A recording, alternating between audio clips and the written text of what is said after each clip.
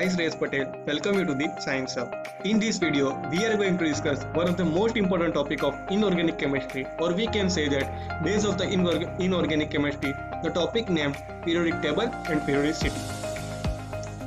In this video, we will study the historical development of the periodic table as it stands today and the modern periodic law. We will also learn how the periodic classification follows as a logical consequence of the electronic configuration of atoms. Finally, we shall examine some of the periodic trends in the physical and chemical properties of the elements. So now the question is, why do we need to classify elements?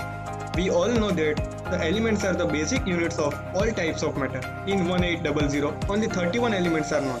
By 1865, the number of identified elements had more than doubled to 63. At present, there are 114 elements are known. Of them, the recently discovered elements are man-made.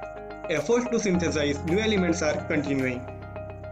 With such a large number of elements, it is very difficult to study individually the chemistry of these elements and their innumerable compounds individually. To ace out this problem, scientists search for a systematic way to organize their knowledge by classifying the elements. Not only that, it would rationalize non-chemical facts about elements, but even predict new ones for undertaking further study. So let's see what is periodic table. A table of the chemical elements arranged in order of their atomic number, usually in rows, so that elements with similar atomic structure appear in vertical columns. Let's see historical background related to periodic table. Dobrynin, a German chemist in 1829, arranged non-elements in groups called triads. Each contained 3 elements with similar properties. While Newland, an English chemist, in 1864 classified 62 elements known at that time in increasing order of their atomic mass. Every 8 elements had some properties in common with the first one.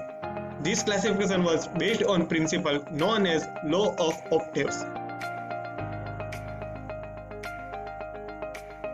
Dobrynin noted a similarity among the physical and chemical properties of several groups of 3 elements.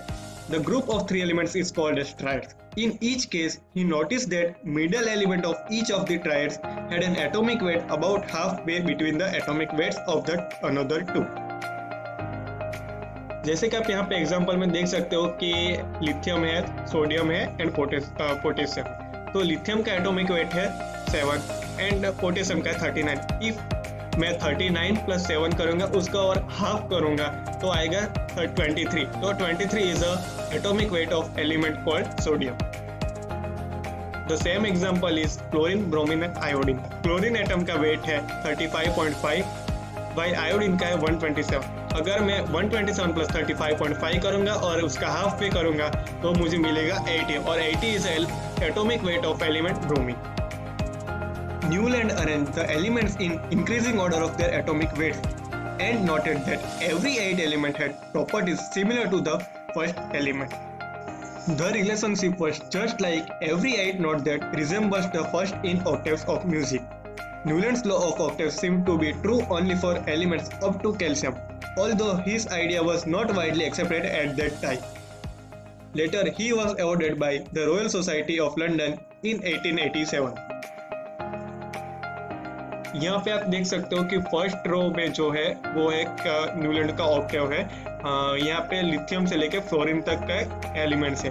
Lithium, beryllium, boron, carbon, nitrogen, oxygen and fluorine. मतलब कि lithium के अलावा जो ये सब 7 elements है from beryllium to fluorine, ये सातों की प्रॉपर्टीज आइदर केमिकल और फिजिकल और बोथ ये लिथियम से मिलती जुलती आएगी. Now the second example is from sodium to chlorine. अब सोडियम के अलावा जो 7 एटम है from मैग्नीशियम टू क्लोरीन, ये सातों की प्रॉपर्टीज फिजिकल और केमिकल वो सोडियम से मिलती जुलती होगी. Let's see about Mendeleev's periodic table. In 1871, a Russian chemist Dmitry Mendeleev gave more comprehensive classification of elements. Elements are arranged in the periodic table in the increasing order of their relative atomic masses. Mendeleev divided his periodic table in 8 groups and 7 periods. Elements having similar chemical properties appeared at regular intervals. He left some gaps in his periodic table for undiscovered elements and predicted their properties. Mendeleev ने उसके periodic table में कुछ जगह खाली छोड़ दी और वो elements थे अनडिस्कवर, लेकिन वो उसने उसकी प्रॉपर्टीज प्रिडिक्ट कर दी थी कि इसकी प्रॉपर्टीज ये हो सकती है. For example, he left the place of germanium and predicted its properties which was undiscovered at that time. A few years later, germanium was indeed discovered. While Dobrener initiated the study of periodic relationship, it was Mendeleev who was responsible for publishing the periodic law for the first time. The law of periodic table is stated as follows. The properties of the elements are a periodic function of their atomic weights. As I told you, Mendeleev divided his periodic table into 8 group. यहाँ पे आप देख सकते हो. While there are total 7 periods in his periodic table, Mendeleev left some gaps or blanks for the undiscovered element, but their properties were predicted. Here, improvements in Mendeleev's periodic table. Mendeleev had some drawbacks which were eliminated by modern periodic law. In 1981, Moseley discovered the atomic numbers. It was noticed that elements could be classified more satisfactorily by using their atomic numbers. The periodic table was improved by arranging the elements on the basis of their increasing atomic number instead of atomic masses. तो 1981 में Mosley ने atomic numbers को discover किया. तो Mendeleev ने क्या किया था कि मेंडेलीव ने एलिमेंट्स को उनके एटॉमिक मासेस के इंक्रीजिंग ऑर्डर में सेट किया था. जब मोस्ले ने एटॉमिक नंबर को डिस्कवर किया, उसके बाद मोस्ले ने ऐसा बताया कि अगर एलिमेंट्स को उनके इंक्रीजिंग एटॉमिक मासेस की जगह पे इंक्रीजिंग ऑर्डर एटॉमिक नंबर के हिसाब से सेट किया जाए तो वो मोर सेटिस्फैक्टरी रहेगा.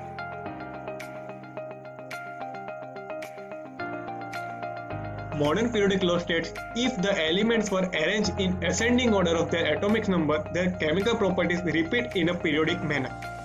Another group was added in a periodic table at extreme right for noble gases, which were missing in Mendeleev's periodic table.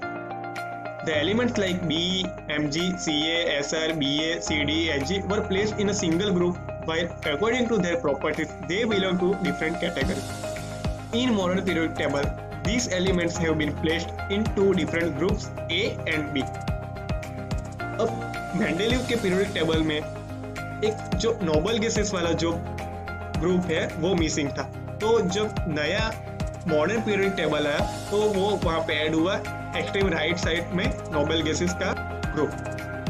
अब मेंडेलीव ने क्या किया था कि B, Mg, Ca, Sr, Ba, mercury वगैरह सब एलिमेंट्स को एक ही ग्रुप में सेट कर दिया, मतलब एक ही ग्रुप में रख दिया था.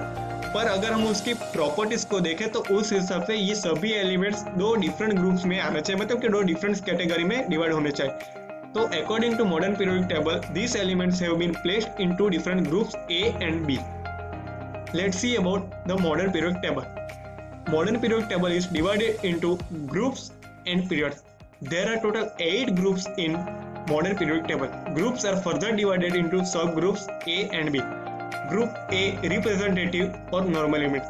जो भी ग्रुप ए के एलिमेंट्स है उसको हम रिप्रेजेंटेटिव एलिमेंट्स और नॉर्मल एलिमेंट्स कहेंगे, और जो ग्रुप बी के एलिमेंट्स है उसको हम ट्रांजिशन में एलिमेंट्स कह सकते हैं. There are total 7 periods in modern periodic table. Period 1 में टोटल 2 एलिमेंट्स होंगे, पीरियड 2 एंड 3 में 8 एलिमेंट्स होंगे. उसके बाद जो पीरियड 4 एंड पीरियड 5 है उसमें 18 एलिमेंट्स होंगे, और जो पीरियड 6 एंड 7 है वो बहुत ही लॉन्ग पीरियड्स है, तो उसके लिए lengthenoid contraction and actinoid contraction. As I told you that there are total 8 groups divided into subgroups of A and B. यहाँ पे आप देख सकते हो कि ये ग्रुप 1 है, ग्रुप 2 है, ग्रुप 3 है, यहाँ पे जैसे ग्रुप 7A तक है, और ये तीनों के है ग्रुप 8. और ये राइट साइड में जो भी है वो है group 1B, group 2B, group 3 etcetera. और ये जो लास्ट वाली जो ग्रुप है उसको हम नोबल गैसेस का ग्रुप बोलते हैं, और ये जो है वो है lengthenoid contraction and actinoid contraction. The whole periodic table was divided into 4 blocks: S block, P block, D block and F block. Let's see some families in periodic table. The elements of group 1A is also called as alkali metals because they form alkalis with water. while group 2A elements is called as alkaline earth metals due to their alkali nature and abundance in earth crust. Group 7A elements is called as halogens due to their salt forming nature, while group 8A includes noble gases. These families are useful for quick recognition of elements in periodic table. जो group 1A है वो हो गए alkali metals और जो group 2A है वो हो गए अल्कलाइन अर्थ मेटल्स, और ये है हमारा ग्रुप 7A जिसको हम हेलोजन ग्रुप बोलेंगे, और ये जो है लास्ट ग्रुप उसको हम नोबल गैसेस बोलेंगे. Noble gases are very useful to identify the atomic number और to write electronic configuration of any elements of the periodic table. As I told you that the whole periodic table was divided into 4 blocks: S block, P block, D block and F block. F block consists of lengthened contraction and actinode contraction. ये है group 1A. जैसे कि मैंने बताया ये blue colours की है जो वो है अल्कली मेटल्स, वाइल जो ये लाइट ब्लू कलर की है, स्काई ब्लू कलर की, वो है अल्कलाइन अर्थ मेटल्स. और ये जो ऑरेंज कलर का पार्ट है डी ब्लॉक वो है ट्रांजिशन मेटल्स, वाइल ये ग्रीन कलर की है वो है नॉन मेटल एलिमेंट्स. एंड ये पर्पल कलर का जो ग्रुप है जो एलिमेंट्स है वो है नोबल गैसेस. और ये जो लाइट रेड कलर के जो ग्रुप्स है जो एलिमेंट्स, और ये जो लाइट रेड कलर के जो एलिमेंट्स है वो है लेंथेनोड्स कॉन्ट्रैक्शंस, एंड जो डार्क रेड है वो है एक्टिनोड्स कॉन्ट्रैक्शन. और जो ये पूरा रेड वाला जो पार्ट है उसको हम एफ ब्लॉक बोलेंगे, ये ऑरेंज वाले को डी ब्लॉक, ये ब्लू वाले को एस ब्लॉक, एंड ये ग्रीन वाला जो पार्ट है 13 to 18 उसको हम पी ब्लॉक बोलेंगे. Let's see about metal, non metals and metalloid. जो ब्लू कलर में है वो है नॉन मेटल्स, जो रेड कलर में है वो मेटल्स, एंड येलो कलर में जो है वो metalloids. Let's see about nomenclature of elements with atomic number greater than 100. तो करना क्या है कि ये जो डिजिट है उसके लिए एक यूनिक नेम दिया गया और उसका एब्रीवेशन भी है. तो सपोज के डिजिट होगा 0 तो उसके लिए नाम होगा नील और एब्रीवेशन एन. वैसे 1 के लिए अन, 2 के लिए बाय, 3 के लिए ट्राई, 4 के लिए क्वाड, 5 के लिए पेंट, 6 के लिए हेक्स, 7 के लिए सेप्ट, 8 के लिए ऑक्ट एंड 9 के लिए एन.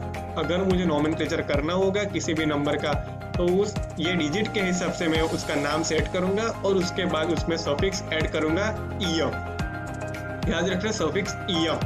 अगर 101 एटॉमिक नंबर वाला एलिमेंट है और अगर मुझे उसका नोमेनक्लेचर करना होगा तो 1 के लिए अन, 0 के लिए नील, फिर 1 के लिए अन और ईएम, तो उसका नाम होगा Anil union.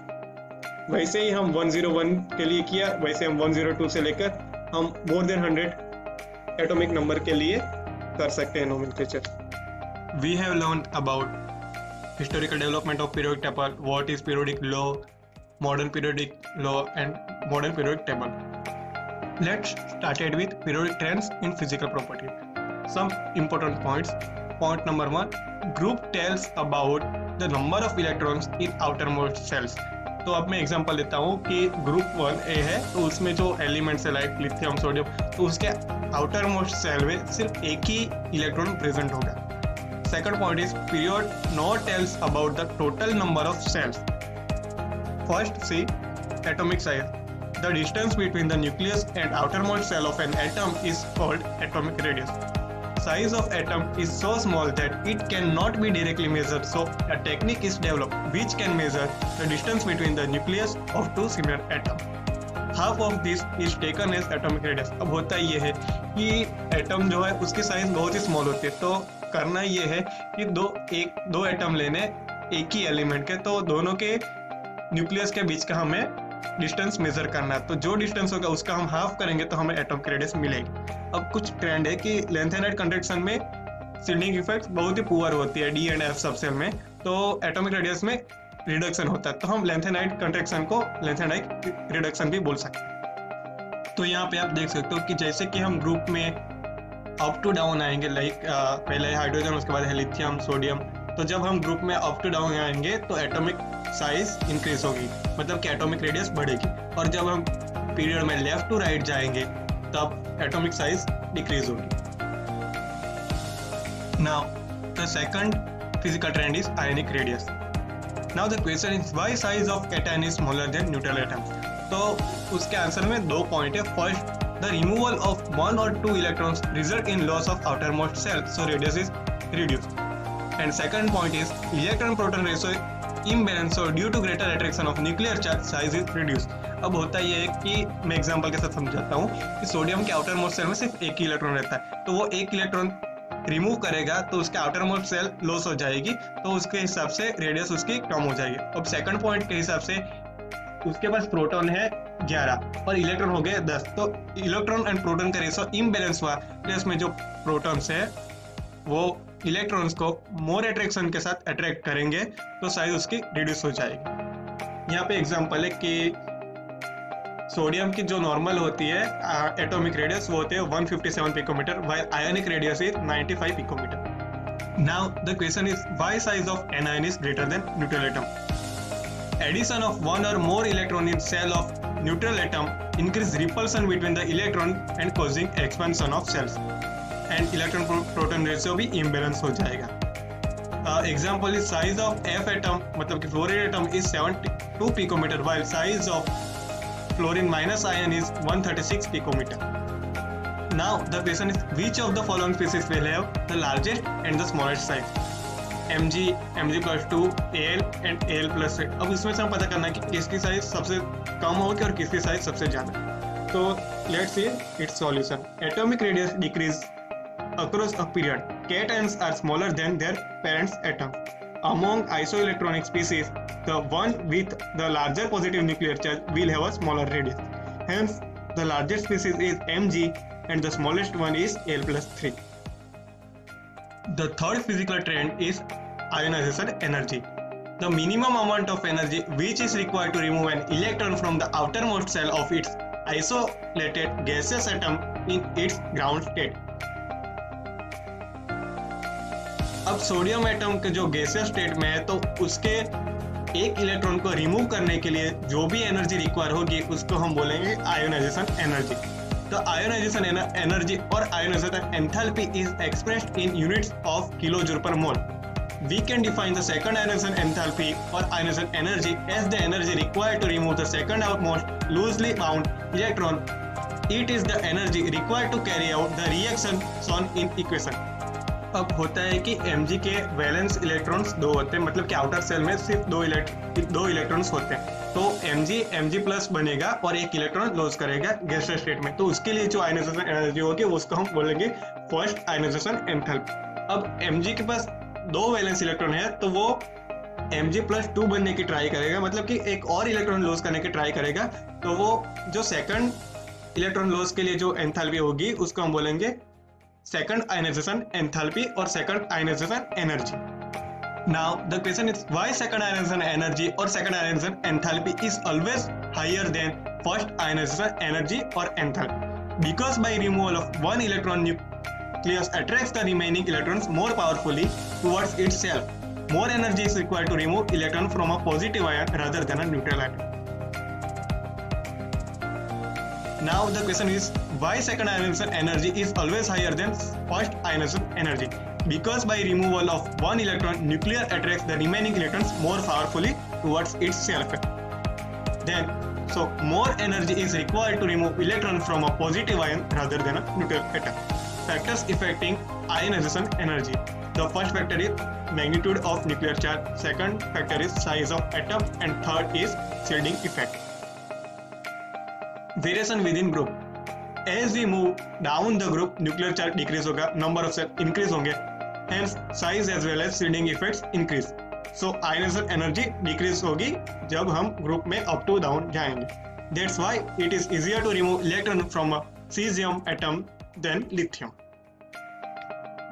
Along the period, generally smaller the atom with greater nuclear charge, more strongly the electrons are bound to the nucleus, and hence higher the ionization energy of atom. While moving along the period, nuclear charge increase होगा, number of cells remain same, but size reduce होगी. So ionization energy increase along the period, and that is why inert gases have highest ionization energies. The fourth one is electron affinity. The electron affinity is defined as the amount of energy which is released when an electron is added to a gaseous atom to form a negative ion or called anion. The example is fluorine. जब fluorine एक electron gain करके fluorine minus ion बनेगा तब जो energy release होगी उसको हम बोलेंगे electron affinity. Now the question is why addition of second electron requires energy. Energy is released when first electron is added into an atom. Oxygen जब एक इलेक्ट्रॉन गेन करेगा तब जो एनर्जी रिलीज होगी उसको हम बोलेंगे इलेक्ट्रॉन अफिनिटी. फर्स्ट इलेक्ट्रॉन जब वो गेन करेगा तब एनर्जी रिलीज होगी, लेकिन सेकंड इलेक्ट्रॉन जब गेन करेगा तो उसमें उसका अपोजिट हो गया. क्यों? क्योंकि energy is absorbed when second electron is added. तो मतलब जब ऑक्सीजन सेकंड इलेक्ट्रॉन गेन करेगा तो एनर्जी रिलीज होने की जगह उसको एनर्जी चाहिए होगी. It is due to the fact that when second electron is added to uninegative ion, it is repelled by previously added electron, so more energy is required to add second electron. Trends in periodic. Trend is same as that ionization energy. Ionization energy में हमने देखा था कि period में हम जब left to right जाएंगे तब ionization एनर्जी बढ़ती है, तो वैसे ही इलेक्ट्रॉन अफिनिटी भी बढ़ेगी और ग्रुप में वो डिक्रीज होगी. Let's see metallic and non-metallic character in periodic table. So now the question is, what is metal? All the elements which have tendency to form positive ions by losing electrons are considered as metals. All metals are good conductor of heat and electricity. Metals form basic oxides which gives bases when dissolved in water. यहाँ पे आप देख सकते हो कि ये sodium metal जो है वो वाटर में डिजोल्व होके वो एक NaOH बेस फॉर्म करता है. Trends in periodic table. Metallic character increase from top to bottom in a group because size of atoms increase down the group, so it becomes easy to remove electron from atom. Metallic character decrease from left to right in a period because of small size of atoms. That's the reason the halogens have a least metallic character. Now let's see about non-metals. The elements which gain electrons and form negative ions are called non-metals. All gases are non-metals. They are poor conductor of heat and electricity. Non-metals form acidic oxides when dissolved in water. जैसे कि हमने देखा था कि metals जो होती है वो वाटर में डिजोल्व होकर बेस फॉर्म करता है, वाइल ये नॉन मेटल्स जो होती है वो वाटर में डिजोल्व होकर एसिडिक ऑक्साइड्स फॉर्म करते हैं. The example is formation of H2SO4. Trends of non-metallic character in periodic table. Non-metallic character decrease with increase in atomic size. मतलब कि जिसको एटॉमिक साइज ज्यादा होगी वो मतलब नॉन मेटालिक ज्यादा होगा. Non-metallic character decreases from top to bottom. Fluorine, oxygen, nitrogen are the most non-metallic elements of their respective group. यहाँ पे हमने देखा कि नॉन मेटालिक कैरेक्टर जो है वो ग्रुप में टॉप टू बॉटम जब जाएंगे तो वो नॉन मेटालिक कैरेक्टर डिक्रीज होगा. तो फ्लोरीन, ऑक्सीजन, नाइट्रोजन में क्या है कि ये तीनों उसके रिस्पेक्टिव ग्रुप में अपर मोस्ट पोजीशन पे है, तो इसीलिए वो उनके रिस्पेक्टिव ग्रुप में मोस्ट नॉन मेटालिक एलिमेंट्स है. Now let's see about oxidation state. Oxidation state of an atom in a compound is defined as the charge with the sign which it would carry in the compound. In ionic compound, oxidation state is usually the number of electrons gained or lost by an atom. In NaCl, Na has +1 oxidation state while Cl has -1 oxidation state. In covalent compounds, oxidation state depends on the relative electron. In covalent compounds, oxidation state depends on their relative electronegativities. In SnCl4, Sn has +4 oxidation state while each Cl has -1 oxidation state. The oxidation state of an element is 0 in its free state. मतलब कि कोई भी element जब ion form नहीं करेगा तो उसकी oxidation state 0 होगी.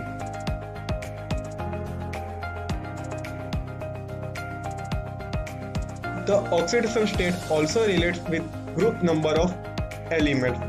The elements of group 1A and 4A have same oxidation state as their groups number are.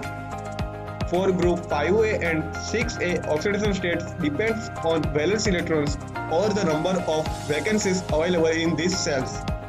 For example, nitrogen, phosphorus, arsenic, antimony salts -3 as well as +5 oxidation state.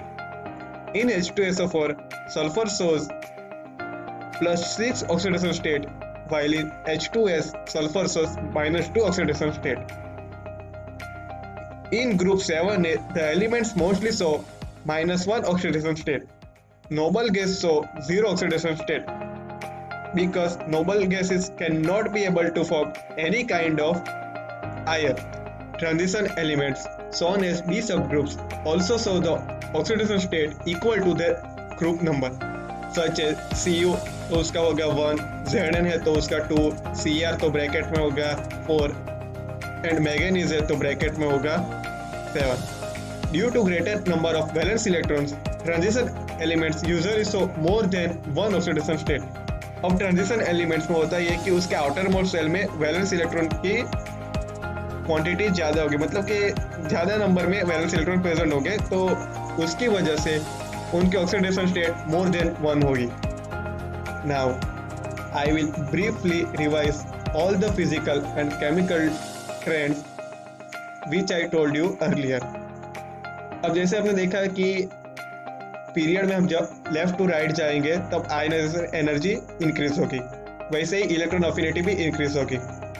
अब हम बात करते हैं कि एटॉमिक रेडियस की. Atomic radius हमने देखा था कि जब हम ग्रुप में टॉप टू बॉटम आएंगे तब एटॉमिक रेडियस इंक्रीज होगी, वाइल हम पीरियड में लेफ्ट टू राइट जाएंगे तब डिक्रीज होगी. मतलब कि noble gases have largest atomic radius while group 1A elements have least atomic radius. वैसे हम ग्रुप में बात करें तो elements which are in first period has highest electron affinity and highest ionization energy. मतलब कि जब हम ग्रुप में टॉप टू बॉटम आएंगे तब इलेक्ट्रॉन अफिनिटी भी डिक्रीज होगी एंड आयनाइजेशन एनर्जी भी डिक्रीज होगी. और यहाँ पे आप metallic character and non metallic character का ट्रेंड्स भी देख सकते हो. Now we have done with topic periodic table and periodicity. In the upcoming videos, we will discuss about different blocks of periodic table and their elements like S block elements, P block elements, D and F block elements. Thank you.